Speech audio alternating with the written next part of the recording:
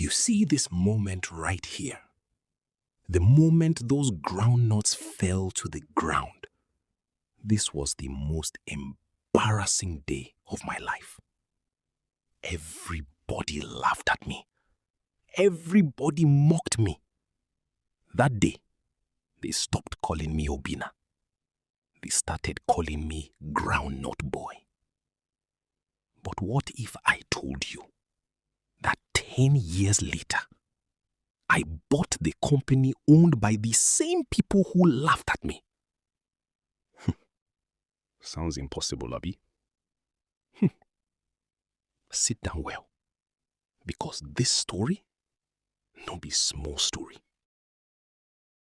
You want hear the story of my life? You sef too like amebo. No worry. Carry your drink. Find where to sit well, because this story no be small story. As I dey look you so, you fit think say my life don always soft. You fit think say I was born with a silver spoon. But if you know where I dey come from, you go thank God for your own problems. 10 years ago, people no dey call me by my name. Nobody knew me as Obinna. For my area, I get only one name: Groundnut Boy. Some people go laugh when they see me. Some go point finger. Some go mock me openly. To them, I was already a failure before my life even started. But life get one funny habit. The people wey laugh first, na them dey cry last. This story no be about money. This story na about pain, shame, hunger, humiliation, and the day destiny decided to shock everybody. My name na Obinna, and this na my story. 10 years ago, life was very different. Every afternoon after school, while other students dey rush go house, I dey carry tray of groundnuts waka from street to street. I no dey complain. I just wanted to help my family survive. But my classmates saw things differently. And one person in particular never missed any opportunity to make fun of me. His name was Tunde. The boy came from a rich family. Everything I didn't have, he had. And every chance he got, he made sure I remembered it. That morning started like every other morning. I woke up early, helped my mother package the groundnuts, and headed to school. I had no idea that before the day ended, I would experience one of the most embarrassing moments of my life. As soon as I entered the school compound, Tunde spotted me. "Look, Groundnut Boy don't show again," he shouted. His friends burst into laughter. I kept walking. I pretended not to hear them. But deep down, every word hurt.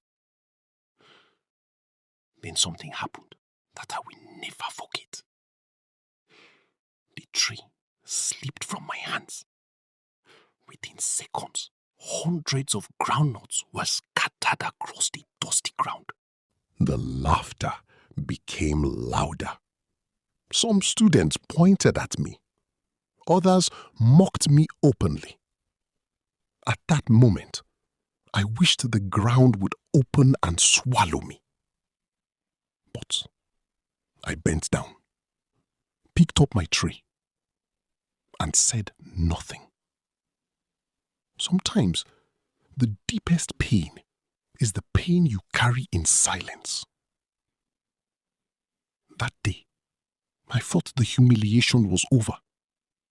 I didn't know life was preparing a much bigger challenge. Soon, hunger itself would become my closest companion. When secondary school ended, I had big dreams. I wanted to go to university I wanted to become somebody. But dreams don't pay school fees. My parents tried their best, but there was simply no money. Then life dealt us another blow. My father became seriously ill. Suddenly, I was no longer just a son. I became the family's only hope. One morning, I packed my few belongings and left for Lagos. No connections. No rich relatives. No backup plan. Just hope. Lagos welcomed me with noise, traffic, and hardship. The city didn't care about my dreams. The room I could afford was so small that stretching my legs felt like a luxury. Some nights, I slept hungry. Not because I wanted to, because I had no choice. During the day, I walked anywhere I could. Loading goods, running deliveries, cleaning stores, anything that could put food on the table. Life was hard, but there was one thing I refused to lose: hope. Then one afternoon, everything changed.